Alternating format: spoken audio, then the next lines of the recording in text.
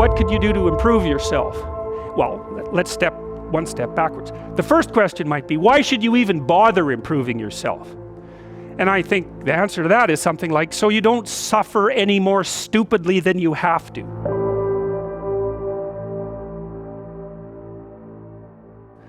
And maybe so others don't have to either. It's something like that. You know, like there's a real injunction at the bottom of it. It's not some casual self-help doctrine. It's that if you don't organize yourself properly, you'll pay for it, and in a big way, and so will the people around you. Now, and you could say, well, I don't care about that, but that's actually not true. You actually do care about that, because if you're in pain, you will care about it.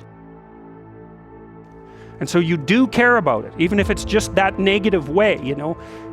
It's very rare that you can find someone who's in excruciating pain who would ever say, well, it would be no better if I was out of this. It's sort of, pain is one of those things that brings the idea that it would be better if it didn't exist along with it. It's incontrovertible. So you get your act together so that there isn't any more stupid pain around you than necessary. Well, so then the question might be, well, how would you go about getting your act together? And the answer to that, and this is a phenomenological idea too, it's something like, look around for something that bothers you and see if you can fix it. Now you think, well, let's say you go into you can do this in a room. It's quite fun to do it just when you're sitting in a room, like a room, maybe your bedroom. You can sit there and just sort of meditate on it and think, okay, if I wanted to spend 10 minutes making this room better, what would I have to do? And you have to ask yourself that, right? It's not a command, it's like a genuine question.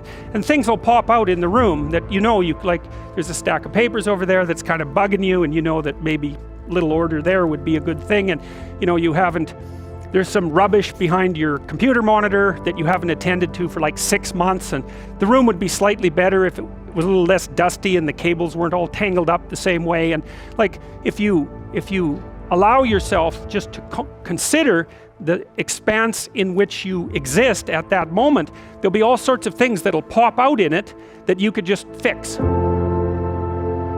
And, you know, I might say, well, if you were coming to see me for psychotherapy, the easiest thing for us to do first would just be to get you to organize your room. You think, well, is that psychotherapy? And the answer is, well, it depends on how you conceive the limits of your being. And I would say, start where you can start. If something announces itself to you, which is a strange way of thinking about it, as in need of repair, that you could repair, then, hey, fix it. You fix 100 things like that, your life will be a lot different. You know, I often tell people too, fix the things you repeat every day, because people tend to think of those as trivial, right? You get up, you brush your teeth, you have your breakfast, you know, you have your routines that you go through every day. Well, those probably constitute 50% of your life. And people think, well, they're mundane, I don't need to pay attention to them. It's like, no, that's exactly wrong. The things you do every day, those are the most important things you do, hands down. All you have to do is do the arithmetic. You figure it out right away. So 100 adjustments to your broader domain of being, and there's a lot less rubbish around, and a lot fewer traps for you to step into. And so that's in keeping with Jung's idea about erasing once you've got your mind and your emotions together, and once you're acting that out, then you can extend what you're willing to consider yourself and start fixing up the things that are part of your broader extent. Now, sometimes you don't know how to do that. So you might say, imagine you're walking down Bloor Street and there's this guy who's like alcoholic and schizophrenic and has been on the streets for 10 years. He sort of stumbles towards you and, you know, incoherently mutters something. That's a problem. And it would be good if you could fix it, but you haven't got a clue about how to fix that. You just walk around that and go find something that you could fix, because if you muck about in that, not only is it unlikely that you'll help that person, it's very likely that you'll get hurt yourself. So, you know, just because while you're experiencing things announce themselves as in need of repair doesn't mean that it's you right then and there that should repair them. You have to have some humility. You know, you don't walk up to a helicopter that isn't working and just start tinkering away with it. You have to stay within your domain of competence. But most of the time, if people look at their lives, you know, It's a very interesting thing to do. I like the idea of the room, because you can do that at the drop of a hat. You know, you go back to where you live and sit down and think, okay, I'm going to make this place better for half an hour. What should I do? And you have to ask, and things will just pop up like mad. And it's partly because your mind is a very strange thing. As soon as you give it a name, a genuine aim, it'll reconfigure the world in keeping with that aim. That's actually how you see to begin with.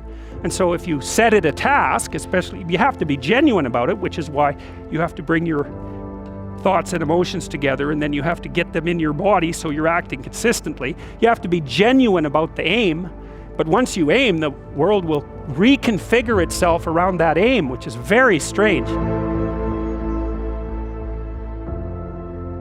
It's technically true.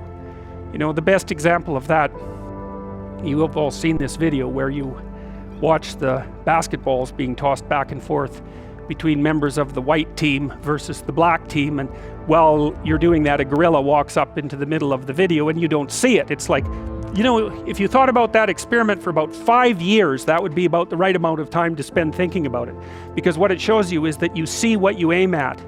And that, man, if you can get one thing through your head as a consequence of even being in university, that would be a good one. You see what you aim at.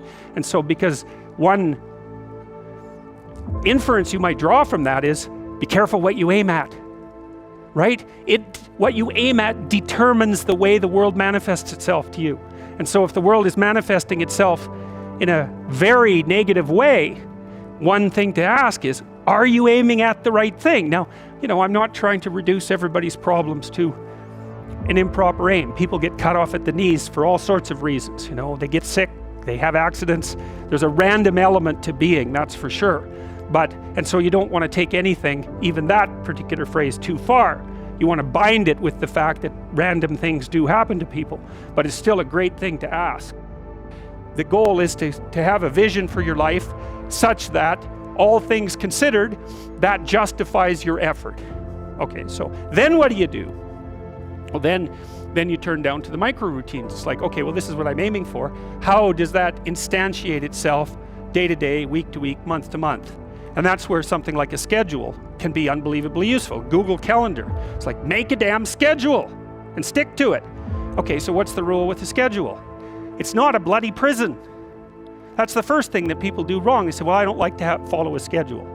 It's like, well, what kind of schedule are you setting up? Well, I have to do this, then I have to do this, then I have to do this, you know, and then I just go play video games, because who wants to do all these things that I have to do? It's like, wrong. Set the damn schedule up so that you have the day you want. That's the trick. It's like, okay, I've got tomorrow. If I was going to set it up so it was the best possible day I could have, practically speaking, what would it look like? Well, then you schedule that. And obviously there's a bit of responsibility that's going to go along with that, because if you have any sense, one of the things that you're going to insist upon is that at the end of the day, you're not in worse shape than you were than at the beginning of the day, right? Because that's a stupid day. If you have a bunch of those in a row, you just dig yourself a hole and then you bury yourself in it. It's like, sorry, that's just not a good strategy. It's a bad strategy. So maybe 20% of your day has to be responsibility and obligation, or maybe it's more than that, depending on how far behind you are. But even that, you can ask yourself, okay, well, I've got these responsibilities. I have to schedule the damn things in. What's the right ratio of responsibility to reward? And you can ask yourself that, just like you'd negotiate with someone who is working for you. It's like, okay, you got to work tomorrow. Okay, so I want you to work tomorrow. And you might say, okay, well, what are you going to do for me that makes it likely that I'll work for you?